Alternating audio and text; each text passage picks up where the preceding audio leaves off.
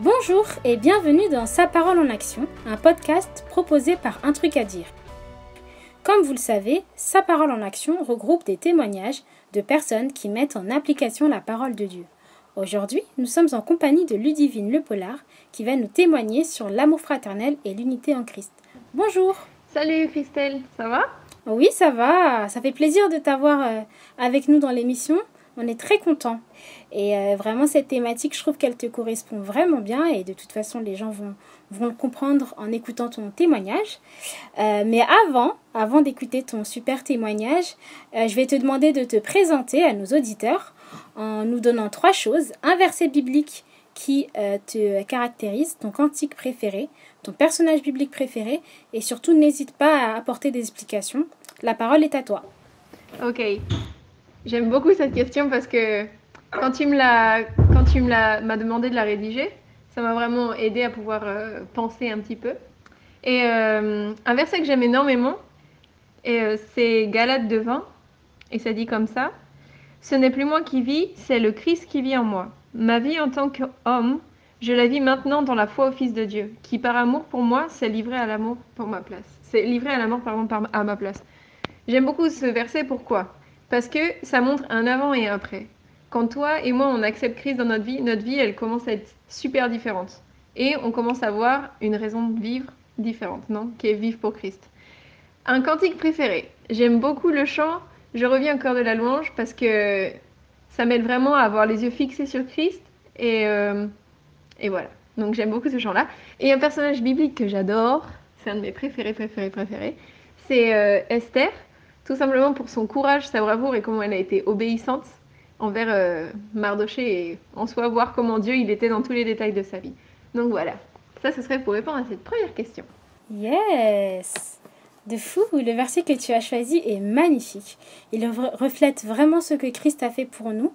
Nous ne vivons plus pour nous-mêmes, mais en tant que fils et filles de Dieu. Je reviens au cœur de la louange, quel beau chant. Waouh, tout centré sur Jésus et renoncer à nous-mêmes pour tout centrer sur l'œuvre de la croix. Maintenant que nous te connaissons un peu mieux, du coup on est prêt à écouter ton témoignage. Ok, l'année de mes 14 ans, j'ai commencé à aller à une colonie de vacances chrétienne où j'ai entendu parler de Jésus. L'attitude des personnes chrétiennes qui m'entouraient était très différente. Ils avaient l'air en paix et dans une joie constante. L'amour et la préoccupation des animateurs m'interpellaient beaucoup. Et je voyais quelque chose de différent dans leur vie que moi aussi je voulais avoir. C'était la première fois que je me suis sentie réellement aimée. Avec le temps, j'ai compris que ces gens étaient différents parce qu'ils étaient réconciliés avec Dieu. Et ces vies transformées m'ont montré l'amour et la préoccupation de Dieu envers moi. C'est pendant cet été-là que j'ai dit à Dieu que je voulais qu'il change également ma vie et j'ai accepté Jésus comme mon sauveur. Et son amour inconditionnel m'a fait me rendre totalement à lui. Ça m'a brisée. Dans le bon sens, non? Après, du coup, tous les étés, j'ai commencé à aller à cette colonie de vacances parce que j'aimais trop y aller. Et c'était un endroit super spécial pour moi parce que j'apprenais plein de nouvelles choses par rapport à Dieu. Je prenais des décisions hyper importantes dans ma vie et je rencontrais des gens aussi incroyables. Et il y avait aussi d'excellentes activités. Et quand les camps se terminaient, je retournais chez moi avec le cœur plein de défis pour toute l'année. Genre envie de changer le monde et tout ça, mais c'était un peu difficile en fait. Parce que il n'y avait pas vraiment de chrétiens autour de moi, j'avais pas d'église encore à ce moment-là. La seule personne que j'avais proche qui était chrétienne, c'était une dame qui m'encourageait de temps en temps quand même dans ma foi. Et de façon assez grande quand même. Et du coup, je peux dire que mes seuls amis chrétiens étaient ceux que je rencontrais l'été. Et pendant toute l'année, du coup, j'essayais de garder contact avec eux. Et ils ont vraiment été un encouragement parce que je voyais qu'ils aimaient Dieu, qu'ils voulaient aussi grandir et continuer de marcher avec le Seigneur, non? Et ils voulaient continuer de faire ça malgré leur lutte. Et je me disais que c'était super important de pouvoir passer du temps avec eux, même si je les voyais pas. Et on se parlait beaucoup par téléphone et par texto. Ouais, parce qu'il n'y avait pas WhatsApp à cette époque-là. Et ça m'aidait beaucoup à pouvoir avancer avec le Seigneur, franchement. Et avec le temps, je peux voir combien ces amitiés, maintenues avec la distance, quand j'étais au lycée, ils m'ont aidé à pouvoir tenir ferme dans ma foi, à grandir et à vivre pour Dieu. Et 2 ans plus tard, on va dire 2 ans avant de terminer le lycée, pardon, j'ai entendu parler de l'importance d'étudier la Bible dans ce même camp de vacances. Et à ce stade-là, je voulais vraiment tout donner pour Dieu et vivre ma vie pour lui. J'avais compris que je voulais vraiment servir le Seigneur avec tout ce que j'avais, non? Et c'est pour ça que j'ai décidé de prendre de mon temps pour me préparer dans les Écritures. Cette décision m'a amenée jusqu'ici, jusqu'en Argentine. Yeah. Et étant loin de mon pays, de ma langue maternelle et en soi de toute ma zone de confort, c'était vraiment important de pouvoir rester connectée avec mes amis en France. Pourquoi? Parce que je voyais Dieu qui continuait de travailler dans ma vie et dans leur vie. Et ça m'encourageait parce que je voyais que Dieu il faisait des choses full différentes dans nos vies, mais je voyais que c'était l'empreinte du même Dieu. Waouh, incroyable. Et c'était évidemment, et c'est un grand soutien pour moi de maintenir un contact avec mes amis quand même assez régulièrement. Et ce que je peux constater aussi, c'est que notre famille en Christ, elle n'a pas du tout de frontières. Parce qu'ici en Argentine, j'ai rencontré des gens de plein de pays différents, et je me rends compte qu'en fait, quand tu acceptes Christ, tu rentres dans une famille qui est hyper grande. Et t'as des frères et sœurs en Christ qui sont partout dans le monde. Et du coup, le fait de maintenir des contacts à distance avec tes amis, ça permet de pouvoir continuer de grandir dans ta marche avec le Seigneur. Parce qu'il y a des choses que eux, ou toi, tu es en train d'apprendre qui vont t'encourager ou qui vont les encourager eux, tu vois. Du coup, c'est important. Et c'est possible qu'aussi, on puisse être en train de passer par des moments difficiles. Du coup, tu passes du temps avec eux, tu leur partages et tout ça. Ils peuvent prier pour toi, ils peuvent peut-être t'aider. Et toi, de même envers eux, tu vois. Et enfin bref, et c'est hyper important d'être intentionnel dans mes amitiés, dans nos amitiés en général, avec tout le monde, mais encore plus avec nos frères et sœurs en Christ, parce que c'est nos frères et sœurs, c'est la famille dans la foi, non? Euh, et un truc que j'ai vraiment compris qui m'a full touchée quand on m'en a parlé, ou j'ai vu l'exemple de quelqu'un, je me souviens plus exactement, c'était de pas être un ami en fait de circonstances, tu vois. Je veux pas être l'ami de quelqu'un juste parce que les circonstances elles se donnent comme ça, mais je veux être une amie pardon, et qui est intentionnelle. Et plus le temps continue de passer, plus je me rends compte que Dieu continue d'œuvrer dans mes amis même à distance, et c'est un encouragement pour moi. Donc voilà ce que je peux partager. Yes, merci beaucoup Ludivine. Et du coup, moi j'avais quelques questions à te poser. Est-ce que tu pourrais nous dire de façon concrète ce que tu fais pour rester en contact régulier avec tes amis qui sont loin de toi, toi qui es en Argentine et nous qui sommes en France par exemple? Est-ce que tu pourrais donner des exemples concrets de ce que tu fais pour rester en contact avec tes amis? Ok, de façon concrète, ce que je peux faire, c'est organiser peut-être des temps où on s'appelle avec WhatsApp, on s'envoie des messages audio aussi.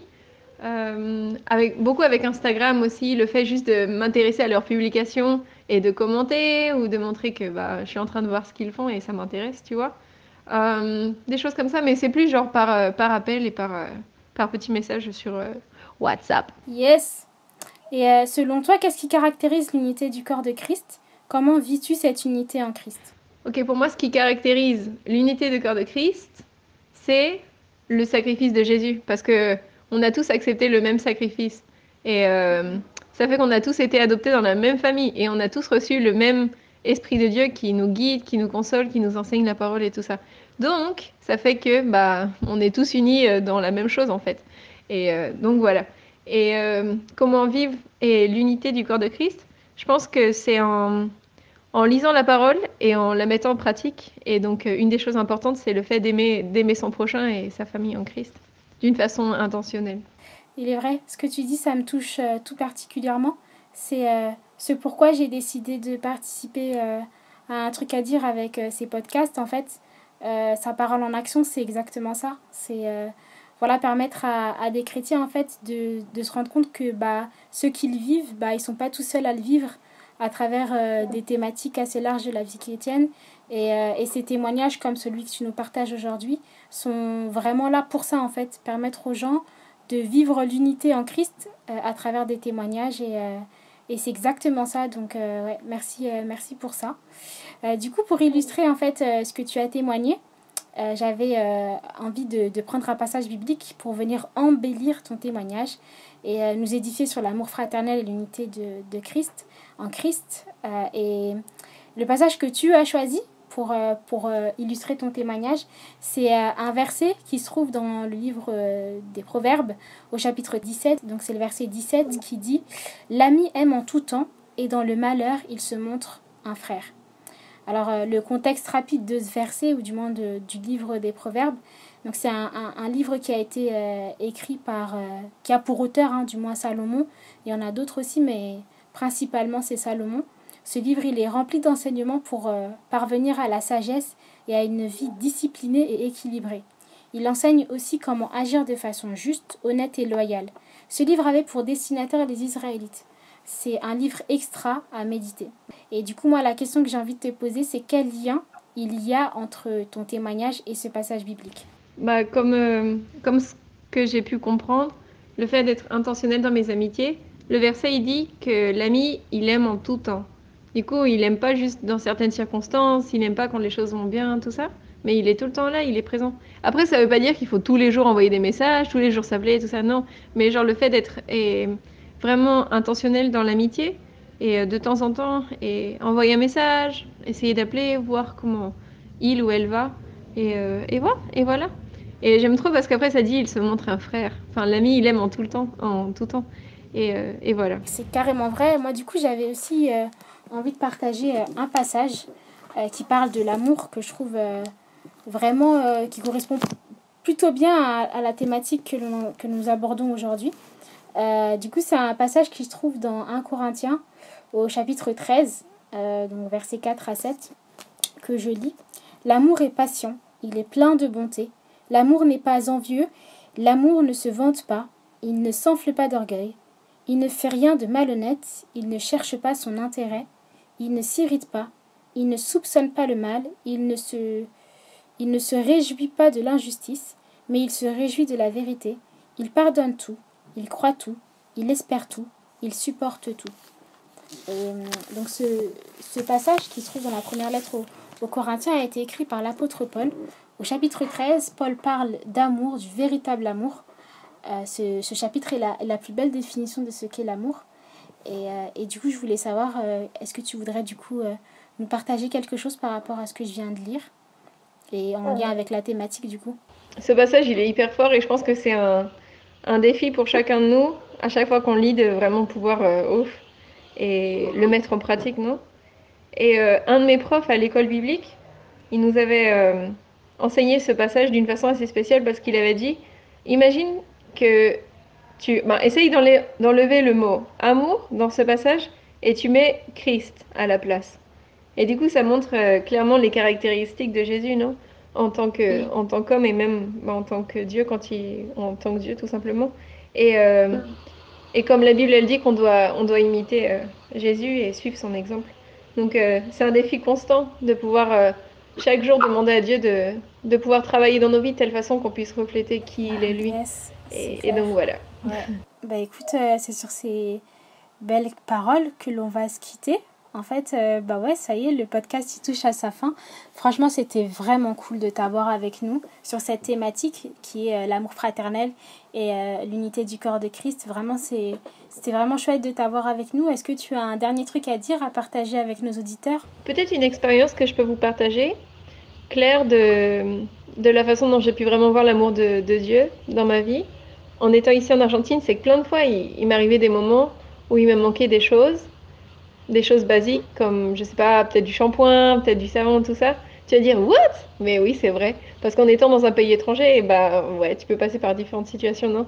Mais c'était impressionnant de voir comment Dieu, il utilisait tout type de personnes vraiment pour pouvoir pourvoir.